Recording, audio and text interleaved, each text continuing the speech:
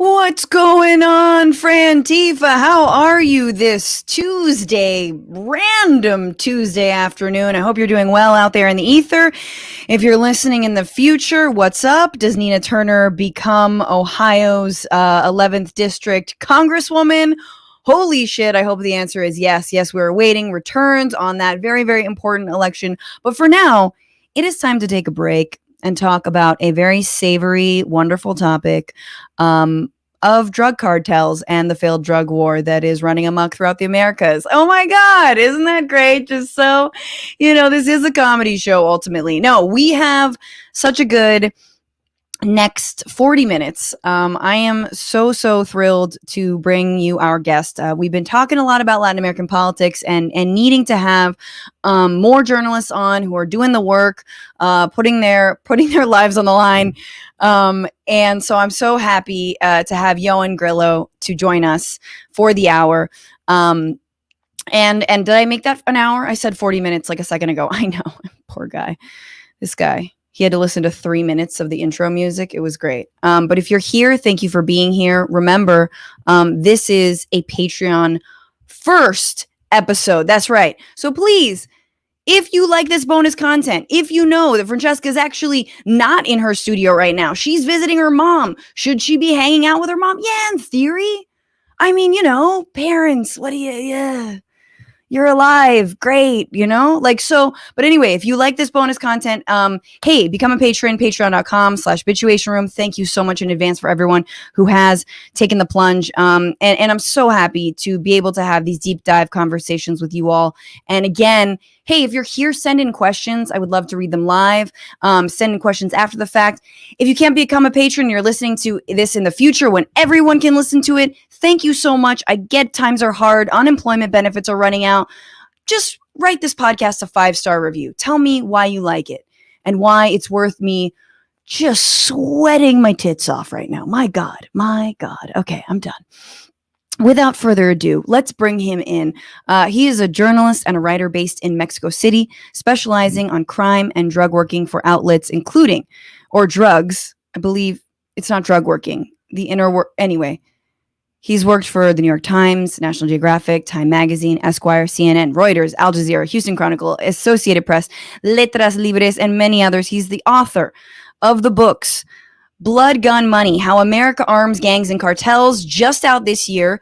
Gangster Warlords, Drug Dollars, Killing Fields, and the New Politics of Latin America, which I have, and it's wonderfully chilling. And El Narco, Inside Mexico's Criminal Insurgency, which I did read on vacation, and it was very, very good. And suddenly I didn't feel like I was on vacation anymore. Please welcome Ioan Grillo. Hey, Francesca. Good to be here. Thanks for my God. Thank you so much for taking the time. You are somewhere in Mexico City. I'm sure you have to move every 3 months to protect your own safety. Or you're like 7 foot tall. I can't, every time I read a book of yours, Ioan, I'm always thinking about just how much cajones it takes, or cojones, not cajones, it takes to do the kind of reporting that you do. And I'm like, this guy must be huge. This guy is jacked. Like what? No, not the case. No, I just try to be nice to people. I spent a lot of time interviewing gangsters, interviewing killers, interviewing victims as well, families. There's a lot of mothers, a lot of people who pursuing, kids who have disappeared, adult children have disappeared.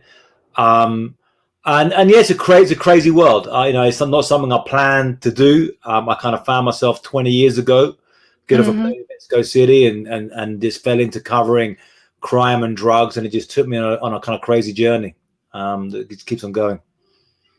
Damn, and I know like Mexico is probably one of the 2 most dangerous places in the world to be a journalist. If it's like rivaling Afghanistan for many years. And so it is not easy work. As a gringo, how are you received differently? Do you feel like you get a little bit of a pass because there's like, well, this guy, maybe if I talk to him, maybe I'll meet Sean Penn as El Chapo Guzman did one eventually. Well, Mexico's been horrific for journalists the last 20 years. Now, most of the victims of the murders have been journalists from the small towns or the cities on the front line of the violence. So there's a bit of a difference between, with inside Mexican journalism, Mexican journalism is fantastic and is a very, very rich tradition of Mexican journalism, both at a local level. I mean, from people working for small town newspapers or community newspapers, right up to some of the really big kind of radio, stars or TV stars. But there's a difference in Mexico between people who are living in these communities and some of the big, some of the Mexican journalists who are from Mexico City and then fly out to these places. So there's a big difference there. I mean, I was just recently in a state called Veracruz with a guy whose father had run a small town newspaper and had been murdered.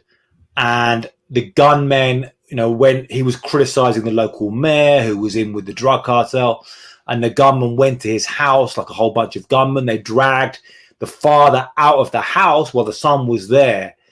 They dragged him out and murdered him, brutally. And the son took over the newspaper and was doing. I went interviewed him in the house where this happened, and he was sitting there, and it was a really creepy community. I mean, it was a lot of very, like we're talking about, like dirt roads, and he was sitting there. And I said to him, "Look, and I take my hat off for you. How brave you are sitting here doing this." So there's a big difference, I think. If you look at a lot of the victims, now some of the victims, the most high-profile journalist victim in Mexico was a guy called Javier Valdez, who was a prolific kind of legendary writer from Sinaloa, so also from one of these towns. Sinaloa is like the cradle of drug cartels here. It's a bit like when you hear the word Sicily in Italy for the mafia, you think Sicily mafia. Sinaloa, you think the cartels. He was from there. He grew up and he wrote these amazing books. He wrote 8 books, and he used Sinaloan slang, and he wrote these stories about. And he was the most high profile because he would be interviewed on big TV stations, and he won kind of awards at Columbia and stuff, and won awards for bravery. But he was still from these kind of communities. So there's a difference between now saying that there are journalists like myself traveling around who have been killed in Mexico or Central America. There was a French or Franco-Spanish journalist called Poveda who made a famous documentary film called La Vida Loca about Mara Salvatrucha, and down there. There was an American journalist here called Bradley Roden Will, a kind of indie journalist who was filming shootouts and conflicts in Oaxaca, and he was shot dead. So there have been, other foreign journalists who have been murdered in mix as well. Bradley was actually a friend. He was part of a New York, kind of leftist anarchist crew, and filmed his own murder. Yeah, absolutely. Yeah. And I was working for the Associated Press then when it happened, and covered when he died, and then when that last film he did was very, very chilling and stuff. So yeah, real tragic shooting. Yeah. No, it is. And there are moments when international journalism descends, and I know you've covered a little bit of the, obviously the disappearance of the 43 students in Ayotzinapa. I did go to Guerrero and was there for the 1-year anniversary, and got a very small taste of the kinds of, families and victims. But more broadly, I mean, I really am curious as to where we go from here. You do such an incredible job covering the networks of crime and cartels that are flowing not just through Mexico, but through the Caribbean as well, and Colombia and elsewhere. And you've assessed this problem, and it is intriguing and sensational, and of course becomes Netflix shows, et cetera, et cetera, et cetera. But this is a show about politics, also trying to be comedy, but and I am curious as to the policy stuff when it comes to everything from violence, guns. I'm going to go, let's talk violence, let's talk guns, let's talk immigration, let's talk prisons, let's talk the drug war, and let's talk sort of the relationship to the state.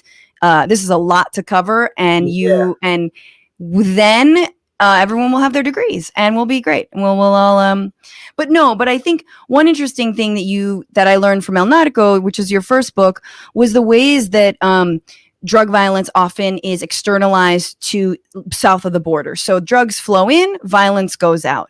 And it's incredible the way capitalism generally does a good job of externalizing all the consequences, whether it's like, we're going to dump a bunch of toxic sludge into this river, but you're going to have a telephone, like a smartphone or, and it's sort of in the same way, like the United States is pristinely protected because the market is primarily here for drugs. And then all of the violence, the infighting, the beheadings, the rampant incest, the insane gangster warlordism, as you document, that stays below the border for the most part. How does that function? How does that work?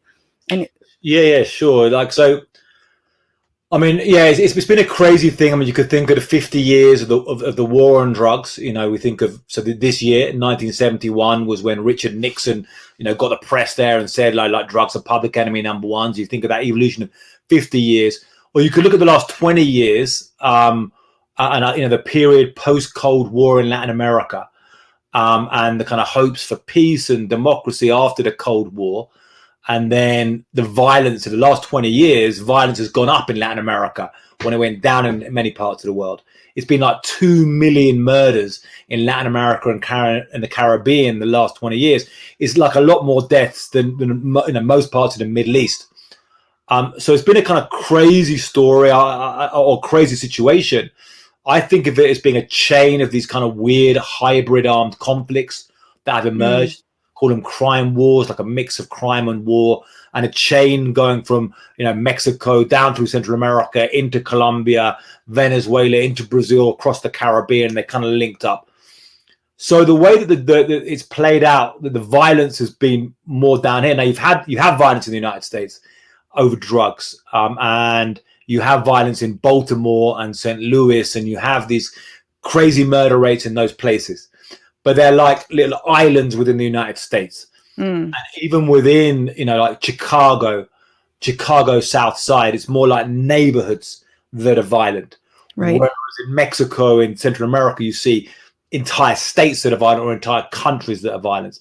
A very, very different level of the way it impacts the countries and so forth. Although in those communities themselves, I mean, St. Louis, you look at that murder rate, I mean, that's the same as some Latin American cities. So, but why is it mainly played out? I think what happens is in the US, you've got a lot of weird contradictions happening in the United States. So you have the biggest drug consumption market in the world by far. I mean, you in America, I mean, don't get me wrong, in Europe, Brits and Italians and Spanish, we take a lot of drugs. But in America, you win the gold medal for drug trafficking. And, you see we're number one. According to the White House has this survey they do. I don't really believe the numbers that well. It's called What Americans Spend on Illegal Drugs. You can look it up, and they have this figure. It's about $150 billion a year that Americans are spending on illegal drugs: heroin, cocaine, crystal meth, still marijuana in some places, legal fentanyl in some places. So you've got $150 billion, huge amount of money. And then Mexico's right there as the biggest supplier, but Colombia's involved and Jamaica's involved, all the other countries getting a piece of the action. Right. So, sorry. So when the violence does happen in the United States, obviously we're talking about poorer Black and brown communities. Like that is where that gun violence and drug violence, although it's never really framed that way, it's sort of seen as incredibly insular, from our media standpoint. They're just like, well, that's what happens here in these very contained areas, and we over police them, and that's fine, and occasionally innocent people get gunned down and whatever. Yeah. I mean that's all totally, but I think what happened with the cartels and with organized crime in Latin America and the Caribbean, they discovered that if they commit a lot of murders in the United States, so the Jamaican posses going back to the 80s, They were dropping a lot of bodies in the United States. They killed like 1,400 people across the United States, mainly other rival posse members and so forth. They were like, opening fire in like dance hall parties in Florida and stuff. And then they came down very hard on them. It's a thing called Operation Rum Punch. They came down very hard. They deported loads of the Jamaican posse members or alleged posse members. The Mexican cartel was the biggest operations. I mean, they realized that when they drop bodies in the United States, they get heat on them. And in the United States, they've got a $150 billion market to make money, to get all of this money. So the best thing they want to do is just keep it calm and move drugs. Yeah. Now, the way the violence is happening, you mentioned, is like more like on the retail level of like Baltimore, or like sort of people are fighting over like real estate for selling drugs in these places. But at the same time, you've got a lot of drug markets are functioning in the United States or in the UK, you know, where I grew up in an area with huge drug consumption in the UK, and there's not that much violence, and you can get drug markets functioning without that much violence by, I mean, people in New York where they're like buying, or in Los Angeles where they're buying drugs by telephone, and they're just going to like, they've got like, you know, connections, and just like, and everyone's competing and selling in these places. You know, but south of the border, you've got, in Mexico particularly, this huge money being made in the United States. The border towns, particularly Juarez, Tijuana, over in Tamaulipas, these are like worth so much money. These are worth billions and billions of dollars. So what happens, you know, over the decades, it has been the most violent people win. So they spend that. Now we're talking about billions going over decades, becomes, you know, is it now topping the trillions mark of how much is pumped in to these areas over years? So what do? You build an army. You recruit poor kids from the poor areas of Juarez, of Tijuana, of these places. You start paying them $50 to stand on a corner, and then, you know, these people are carrying out murders, and then you just get these insane levels of violence, and these people converting to like paramilitary organizations, paramilitary organized crime, and it's the horror you see right now. Yeah, and you sort of map that, like the line between drug cartel, gang, and paramilitary, almost political force. And I think some of the work that the writing you've done about the favelas in Brazil is a wonderful example of that. I wanted to stick with, you know, look, the war on drugs, if you know, 50th anniversary, yay. If it started in the 70s and you call it a war, we don't actually treat it like a war when it comes to how we then treat victims of that war, right? So we haven't, it seems like a one-way war, but we don't, from the United States perspective, it's like, well, as long as we can pump a bunch of weaponry and strong talk into it, that's fine. But in terms of like, the Afghanistan war, obviously, which we did, you know, or victims of the drug war that we have created ourselves, you know, we are much less sympathetic to victims fleeing those so-called wars. Do you feel like that's maybe a tactic to not declare it a full-blown war? I mean, I'm not saying we should declare it a full-blown war, because then what are we going to do? You know, are we droning people? Are we sending more militia? I mean, you know, the way America does it. But it is interesting how we then treat sort of the actual body count as, like you're saying, it rivals that of the Middle East, but we don't see it as that. I mean, great points. So like you start off with this war on drugs, which is a bit of a metaphor in some ways when it begins, you know, we'd have a war on drugs, we go hard on drugs. Right. And then it becomes actually militarized, and you see that, you know, in Florida, and you see kind of, you know, Navy boats and stopping the cocaine flying to Miami, flying to Florida. So when they cut off the cocaine there, it bounces to Mexico, and then you see them like paying the Mexican military, the Colombian military, to be burning crops and stuff. And then it takes on this real force of its own in Latin America, and it becomes, and it's weird, it starts becoming the war on drugs and becomes the drug war, like a war over drugs, a war financed by drugs. And, you know, I remember, you know, first, you know, I worked for the Houston Chronicle, you know, when I was young and dumb, and they were like saying, you know, cover the drug war in Tamaulipas. It was really just beginning to rise up, and it was like the drug war. And you start to see it really becomes a war, becomes an armed conflict. So, you know, I believe it is an armed conflict. I mean, whatever, you know, and you get into a big, you know, fight about it for a bunch of reasons.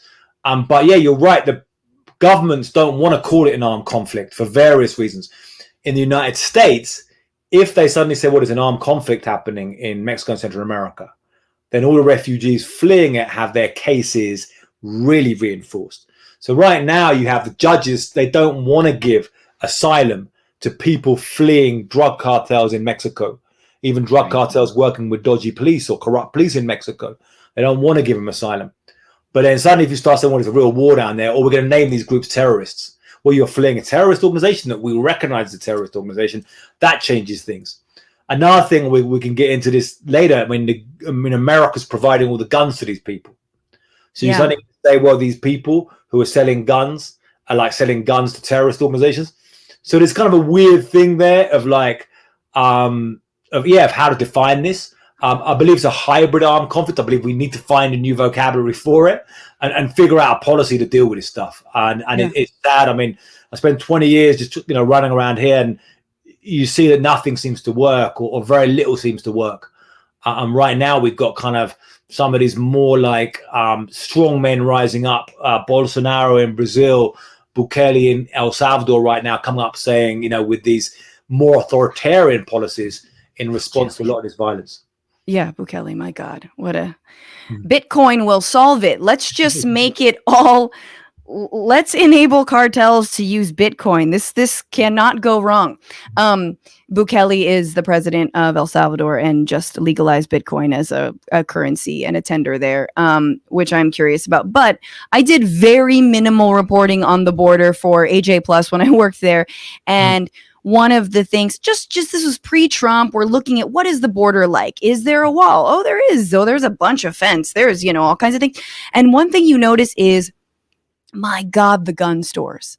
The gun stores on the border is something nobody talks about. I assume, you do a lot of that in your new book, Blood, Gun, Money. And I am curious as to, just talking about the ways that, so if we are externalizing, the violence, we're also externalizing the gun sales. So what does that look like, and how are American gun manufacturers sort of trafficking in the drug war through their sales?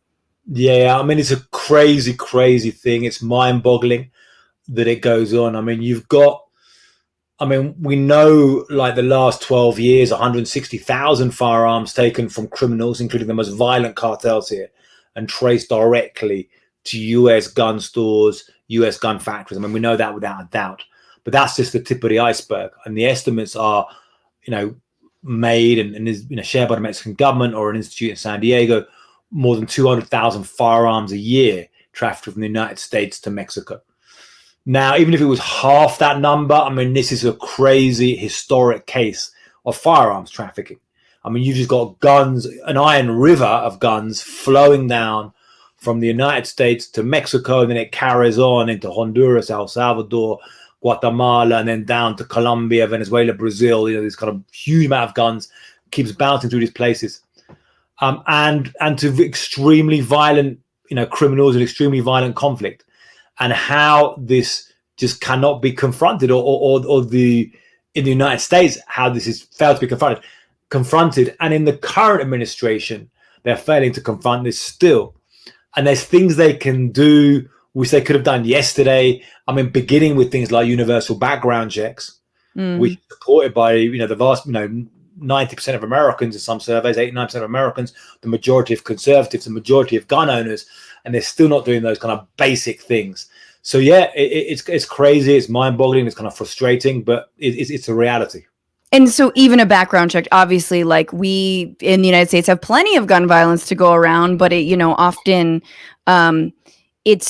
it is, of course, the mass shootings that get the headlines versus, one or two, or in inner cities where it's like, okay, well, that's drug related, But right, I think that when you look at some place like the Northern Triangle or Mexico, or when, and potentially, and I'm curious if you think the United States could be headed this way if we don't do something, it's like, well, you need to avoid Nevada when, on your trip, because it's like if Sinaloa were, don't go to Illinois because the whole state is overrun, That's the case. Right. But in terms of the gun sales, I mean, you talk about these 9mm kids with 9mm, Kalashnikovs, rocket launchers. So what are I guess maybe just, and let me ask you, what are those things that you're like, beyond background checks? Everyone know. I mean, this is well known. DEA, Border Patrol, which is the largest federal law enforcement agency in this country, they know that there are weapons flowing into Mexico, correct? Yeah, sure. So you see this. The way I see this, you have in the United States the biggest legal firearms market in the world by far. There's an estimated, the last estimate was 393 million guns in civilian hands in the United States. It's more than the next 25 countries combined.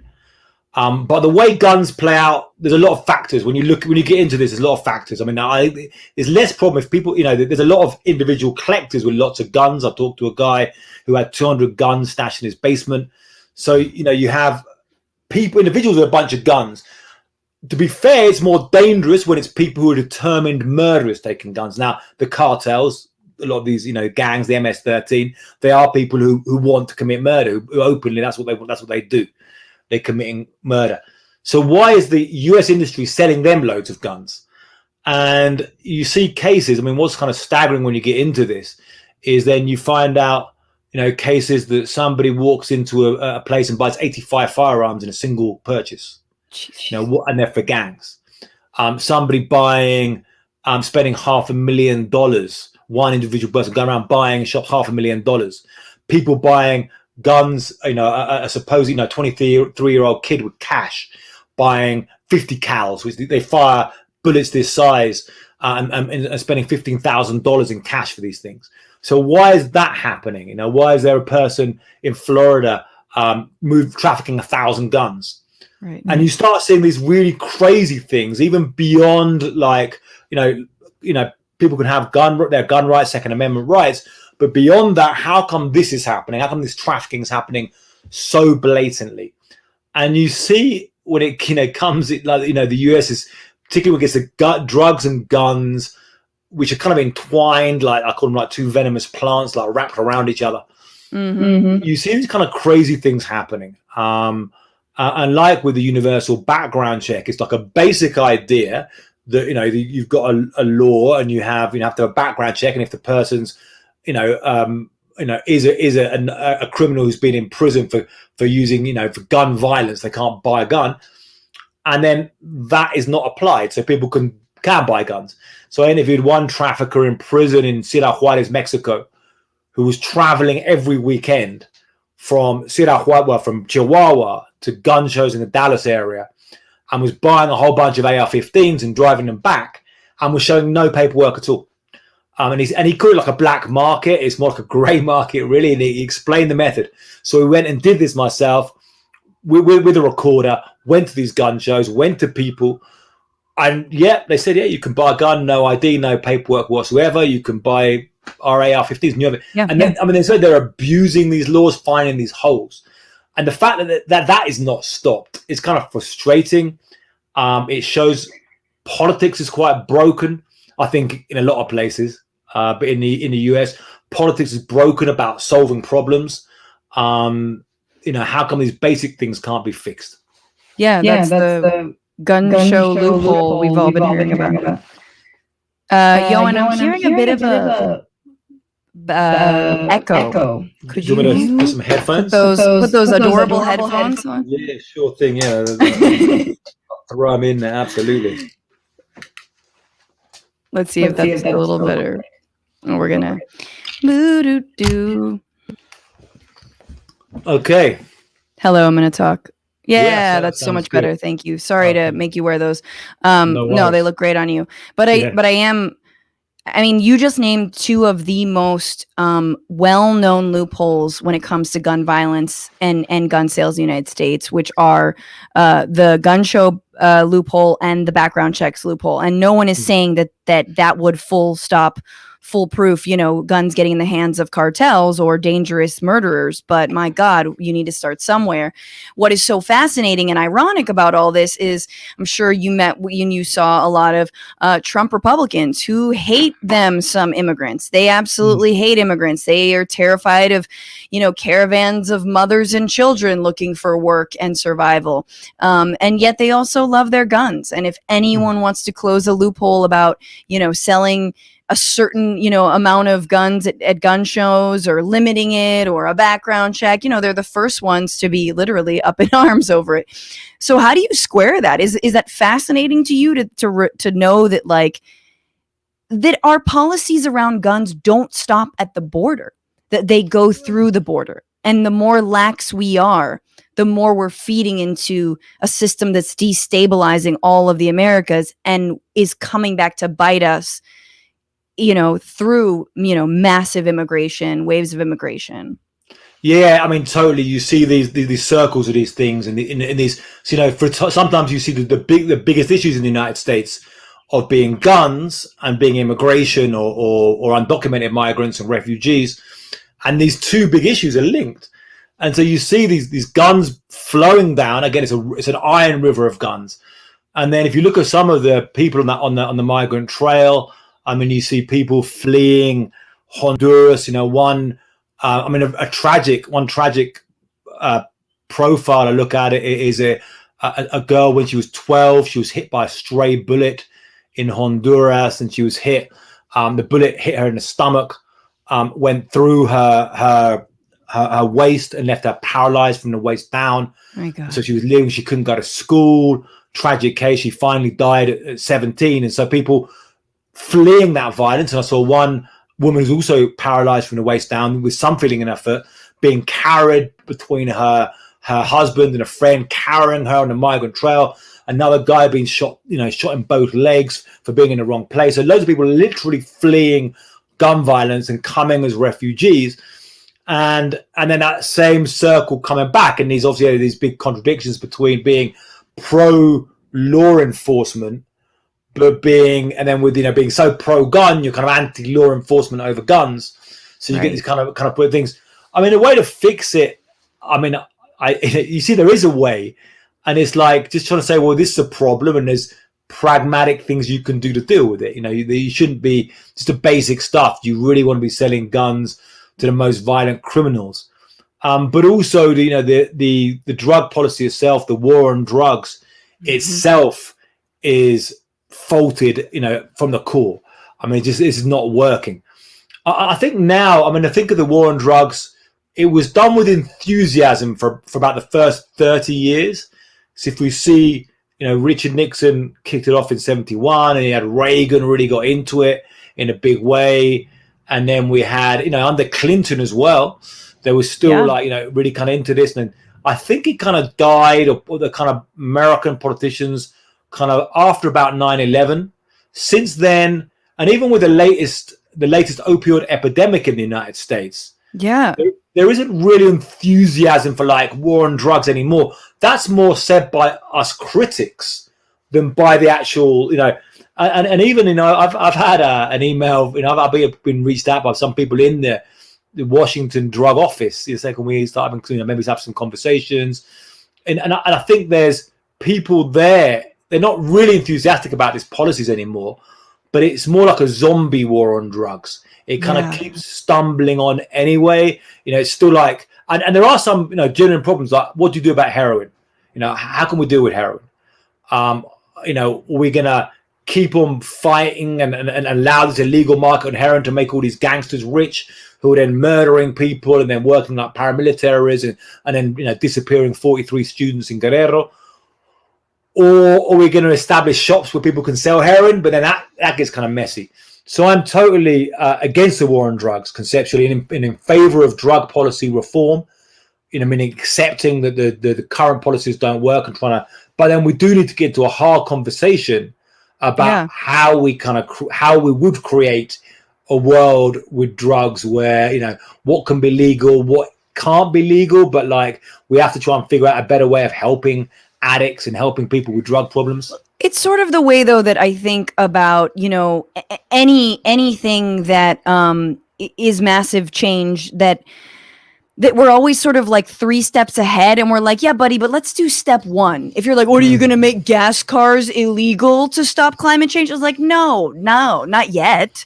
But like, let's do the first, let's stop digging fracking wells that is, contributing to climate change. Like, let's do no harm. And it seems like the drug war is similar. It's like, oh, you're just going to, legalize everything and then heroin's everywhere. It's like, no, but like, we can do better right now. There are bodies already dropping and people already dying from what is currently going on, to say nothing of the drugs themselves, but of the way that they are trafficked. And I guess I just wanted to ask you, when it comes to the drug war, the war on drugs, which I love that you talk about how that morphed, and the amount of money that not only comes through, like, yeah, okay, sure, there's weapons dealers, independent folks, stores, manufacturers. What about the U.S. military? What about the money we've put into military support? And how did that weaponry end up supporting the cartels themselves? Yeah, sure. So you had this murder initiative, which was, you had, first of all, you had Plan Colombia, and that was the US pumping a bunch of money into the Colombian military. Now, really, Plan Colombia was sold to the American public, or to Congress, as being against drugs and drug cartels, but really it was about hitting down a leftist insurgency in Colombia. It was about hitting the Revolutionary Armed Forces of Colombia, the FARC. And it kind of succeeded in knocking down the FARC, but drug trafficking carried on, and cocaine still comes out of Colombia. It's still snowing everywhere. Europe's going crazy for cocaine right now. Huge market. The United States still taking a lot of cocaine. The Americans now are into crystal meth and heroin and fentanyl, a bunch of other stuff. So, and then you comes to Mexico, and you have the Murder Initiative, which starts around 2006, 2007, and it is under President Felipe Calderon. Now, I interviewed him about this. In fact, an interview for the latest book. I sat down and talked about this and about various things with the guns and so forth. And it was actually Mexico's idea. He says it wasn't actually the US imposing this, like the US did a lot before. If you go back to the 80s, the US would like impose on countries, say, unless you do what we say against drugs, we're not going to certify you and we're going to punish you. So we're going to push you into it. But in the 2000s, a bit different. Felipe Calderon went to the US and said, "Oh yeah, we can, hit these cartels. You got to take responsibility because it's Americans buying all these drugs. So give me a bunch of funky gear." He said, "I want all of the stuff I see in the program 24, on the TV show 24. I want all of that gear." What's what he said to? He said to George and Kiefer, throw in Kiefer Sutherland too, please. You're like, take him, why not? Take him. So they got all this stuff. Black Hawk helicopter was wiretap gear. Now the problem is the Mexican military. First you have the problem that then the Mexican military, some of them are working with drug cartels, right? So they're using all this funky gear they've got, but to kill rival drug cartels. And then even when they're not working with rival drug cartels, they're committing massacres all over the place. So, and then some of them are just selling the guns to the cartels. So it gets very, very messy. Yeah, and we obviously saw that play out in Ayotzinapa. In Guerrero, in Iguala specifically, with the 43 students who disappeared, and we knew that the mayor and his wife were involved with the drug cartels, and that's still sort of an open mystery as to exactly what happened and why they targeted them. But yeah, the police state. What's interesting is that the police, and everyone knew it, are not reliable actors. So funneling massive amounts of machinery and money into them is not going to get you anywhere. It might make things actually worse. But I'm also curious as to, the prison industrial complex's role in all of this, and I know it's not the same in Mexico and in Central America as it is in the United States in terms of the just how punitive and how ridiculous it truly is, and unnecessary, with the sort of smallest amounts of drugs that are, that people traffic or sell. But yeah, like what what is the function of the prison system in Central America? Because I know you visited prisons, you visited with hardened criminals and murderers who are armed while they're in, while they're locked up, they're running gangs while they're locked up. And also the prison system, as you document, has contributed to the creation of gangs, as in with the Mara Salvatrucha, which is a Salvadoran gang, and the massive amounts of deportations from LA prisons back to El Salvador only further grew their ranks. So when it comes to the punitive stuff, let's forget the drug war and the legalization stuff. But yeah, like what are the holes in that, and how does that differ in Europe, in South America, Latin America?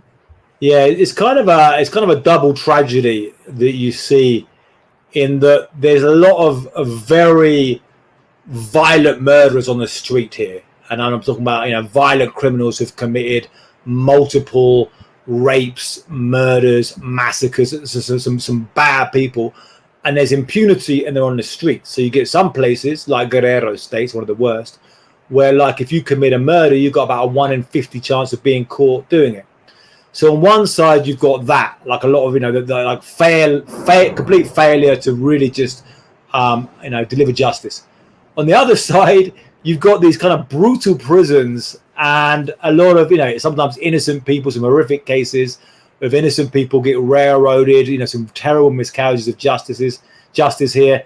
And yeah, the prisons are crazy. The one in Honduras, one of the ones in Honduras I went into, was one of the craziest prisons I've been into, where I went in and you have these fighting dogs in the prison, and I started walking in, and it's like a really crowded prison, and I started feeling like this kind of thing at my leg, and there's like these really vicious fighting dogs that the prisoners have themselves to have like these like dog fights. And I was like, what's that dog called? And they were like, that dog's called Sicario, that like killer, that.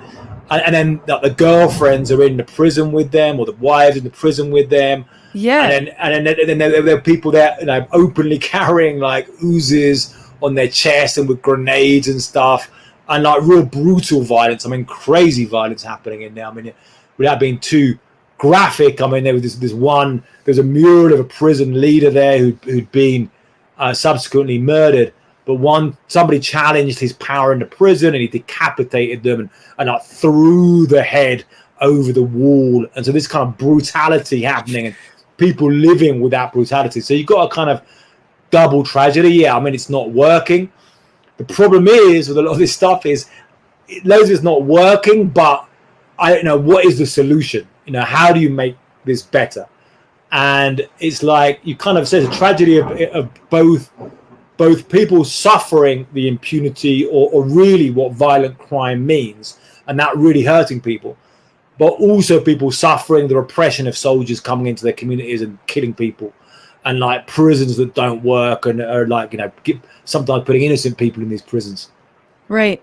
I mean, and in the ways that we've got legalized bribery through lobbying, in the States, whenever, at least when I was living in Latin America, they were like, well, you guys have legalized bribery. We've got bribery too. It's just not always legal. And I think another thing that is fascinating to me is the political, and, there needs to be the political will, but that piece of it, and the ways that, whether it is, I know not every single state is compromised in the way Guerrero was, and in the way the mayor of Iguala was, but it was such a perfect example of every single tier of political hierarchy and military hierarchy being involved in this violent, heinous crime, to move drugs. And I guess I'm wondering, what will it take for a country like Mexico to have the political will, considering that cartels also run a lot of money and can make or break someone's political career? And I guess I'm curious also about Manuel López Obrador and what has he changed the trajectory at all? And how do you, when there's so much, dark money, not dark money, but illegal money. It's not a super PAC here. There's not a Sinaloa super PAC, but that'd be funny. But yeah, how politicians are also bought and sold by this entire system. Yeah, I mean, the corruption goes so deep here. A lot of places it's like state capture, you could call it, or like you start using the word like narco states. I mean, just one example of many of how crazy it is. I was in one city in a border town in Mexico, and we had to talk to the cartel member who was like, he was telling other journalists we were coming into town and not to talk to us. Eventually, we had to talk to him to negotiate the fact we're actually allowed to be in this town and film some stuff.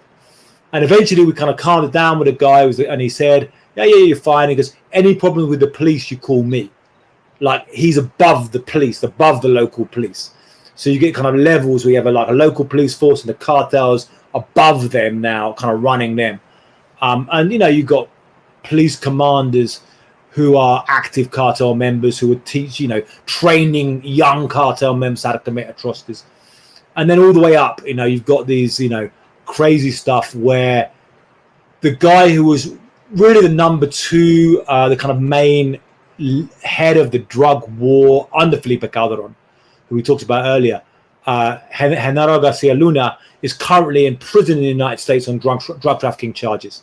So you got this guy. I interviewed him, some years ago. So you're interviewing these people, these cops, these policymakers, and then a few years later they're in prison for like drug trafficking. So how can you believe, or how is this state so captured? How do you get out of that? And it's very, very, it's very hard. It's like a kind of that, what do they call that? The Gordian knot. That knot you can't. It's impossible to undo. So yeah, how do you find a way out of this? Now get to the current president, Andres Manuel Lopez Obrador. I've been following him for 20 years.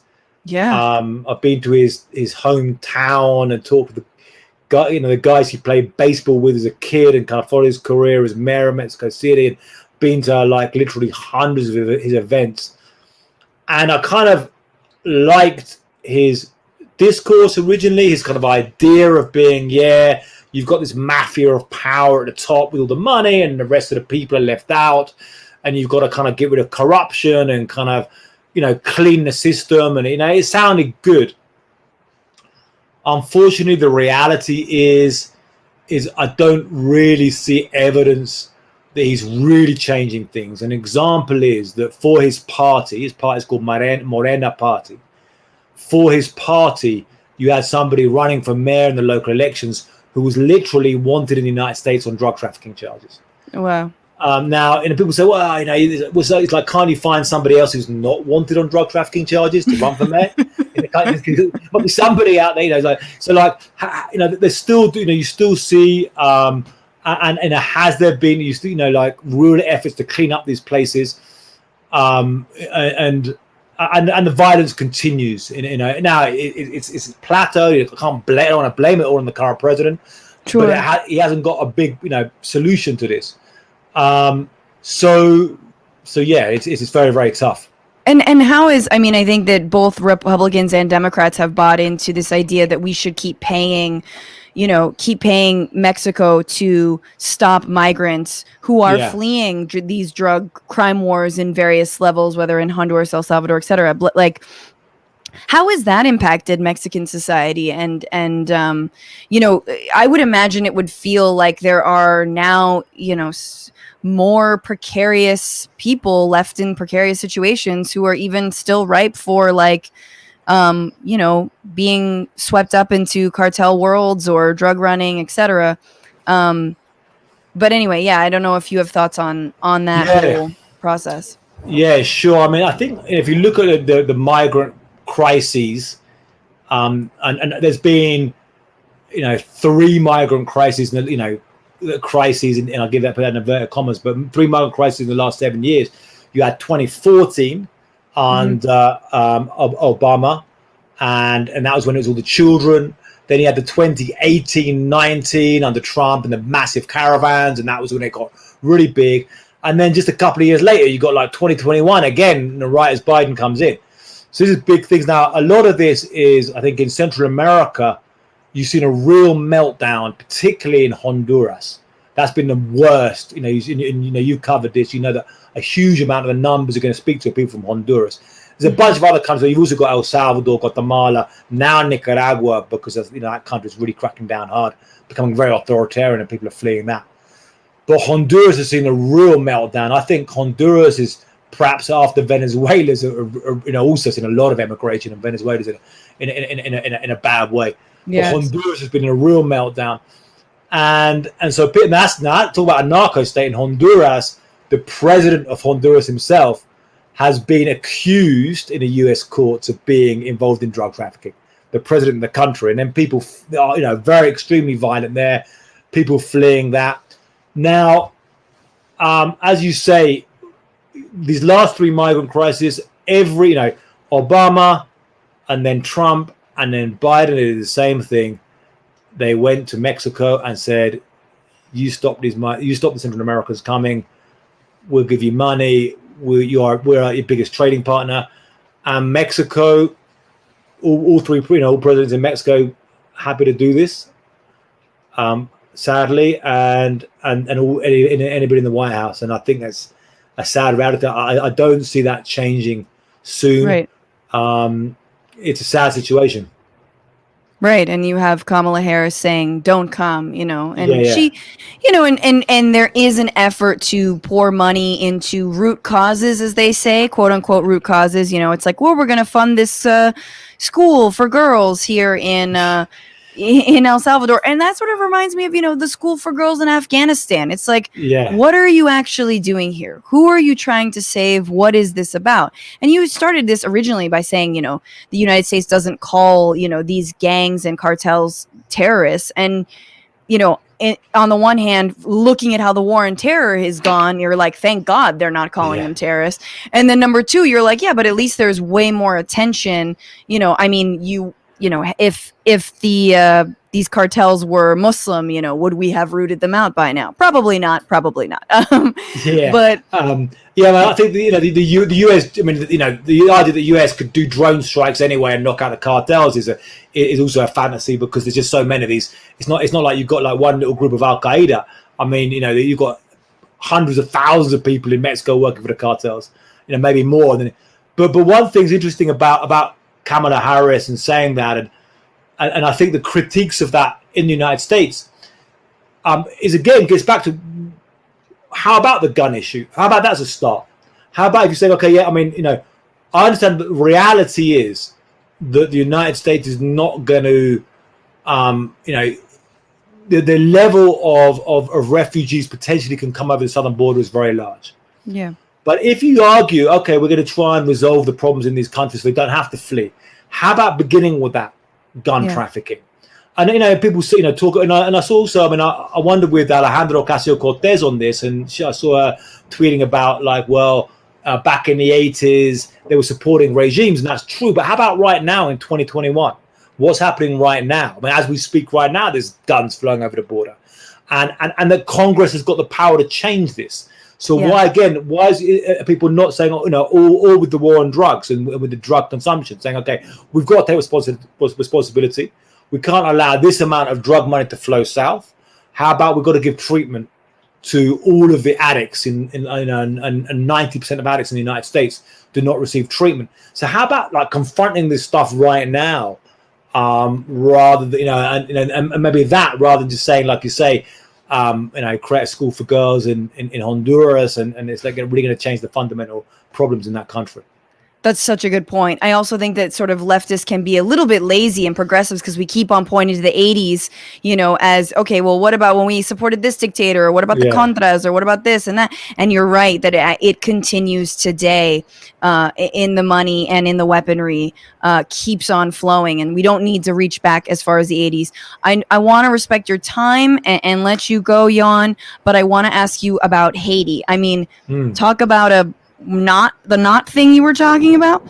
Every day we're getting new details about what happened and the assassination of the president, Jovenel Moise.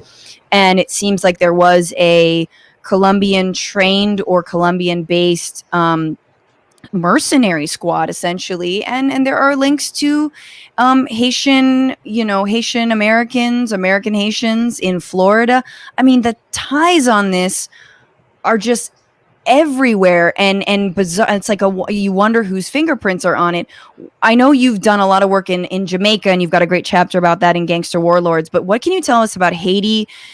My instinct is like, it's got to be drug related. There's something drug related, you don't, but what has been your reaction and as you followed it? Yeah, I mean, huge story. This is a very important story. It goes a lot of ways. I mean, the first little thing about the Colombian mercenaries, I mean, the Colombians are some of the best military on the continent in the world. I mean, best in terms of how they can actually do fighting. A lot of them retire at like 41s. A lot of ex-Colombian armed forces. There's a lot of funny stories about this, that maybe they were hired for this job and didn't even know really what it was until the day they kind of suddenly called it to some of these things. But there's certainly a lot of Colombian mercenaries, a lot of a lot of mercenaries across the continent. I mean, now you've got a lot of people being arrested and a very jumbled investigation. On the side of the president and his wife, there's now kind of portrayal of, he was somebody who was kind of a champion of the poor, challenging the system, and that's why they killed him. I don't think his record really shows that much. He was kind of still actually kind of part of the system. But he obviously upset some people, some powerful people. I think one of the things this shows is right now, if you look across Latin America and the Caribbean, you're seeing, bad days for democracy. Look what's happening in Nicaragua, the clampdowns on the press, on the opposition there, in Honduras, in El Salvador, in Brazil, in Venezuela. Right across. And a few years ago, there was kind of an idea, we're kind of moving to democracy and there'd be pressure put on certain things. But now that's not the case. Everyone can kind of get away with this. And so in Haiti, I think, some people in Haiti could think, we can take out the president if we don't like him. I think the atmosphere's changed. And, you've got this internal investigation, which is a mess, and people involved in the investigation itself. So they've been threatened and have run. So is it powerful people within the system have killed the president and kind of maneuvered this? And will there be any comeback on whoever takes power in Haiti? Maybe not. Right. No, and it's incredible the way that Haiti, how many billions of dollars has the United States poured into Haiti, Yeah. This is not benevolence. There is a stick at the end of the carrot. It's, cheap labor, etc. The Clintons had a huge role in that. And then you've got a place like Honduras and the 2009 coup against Manuel Zelaya, and that which kicked off a lot of sort of the lawlessness. I'm not saying Zelaya was a saint at all, but he obviously was center left, and that pissed a lot of people off, including his own government and his parliament or whatever, and the military there. So it's, the United States has a crucial role to play but where it chooses to bring down which morals. What the US policy should be is not easy either. I think, because in a way you've got a double bind that the US, it's bad when it tolerates or just allows a bunch of repression in a country. But if the US then tries to get involved to make things better, it often just makes things worse. It doesn't. But talking about Manuel Zelaya, I was there. I covered that coup in 2009, and one of the most surreal things I covered was when I was there in Tegucigalpa in Honduras at the airport, and then he attempted to fly back in on a Venezuelan plane, I think, and his supporters tried to take over the airport. Then the military started shooting right where I was. They shot. It's like an 18-year-old protester who got shot in the head, and then his plane was just doing these circles round. You could see it in the air there, but a real surreal, crazy thing to cover. Jesus, that's incredible. Well, kids, don't do drugs, and not the Nancy Reagan kind of don't do drugs, but the hey, this Coke has a lot of blood on it, you don't do drugs. I often joke that I would do cocaine if it were locally sourced and harm-free, but that's not going to happen anytime soon. And real, honest drug policy. I think I did a little coverage of Uruguay's legalization of marijuana, and I thought that was an incredible model that they actually studied other models. and they were like, I don't know about all these gummies in Colorado. There's way too much THC out there, Yeah. But right, there is a lot that can be done that isn't just, okay, well, let's free for all and then have ads for heroin everywhere. No. But the current level of violence, Ioan, you've covered, and it is, I'm sure you've seen far too much. And of course, the people of the countries that you've covered have also experienced too much. But thank you so much for joining me. Is there anything else other than your 3 awesome books that you want to plug? I mean, no, just the books, or you can just see my stuff on my website, ioangrillo.com, or on Twitter. I've got a weird name, so it's kind of easy to find, IOAN GRILLO. So yeah, just search it up, you can find my stories or see my stuff around the place. And are you currently writing like between books as you prepare for another book? Are you writing for different outlets? Yeah, I mean, I still write for the New York Times. I've been doing a lot of TV recently, some more documentary stuff, because there's actually some decent money in TV these days and no money in newspapers these days. Yeah. Let's just say you're too good for Vice. Don't let them know. But you're like what they wish they could be.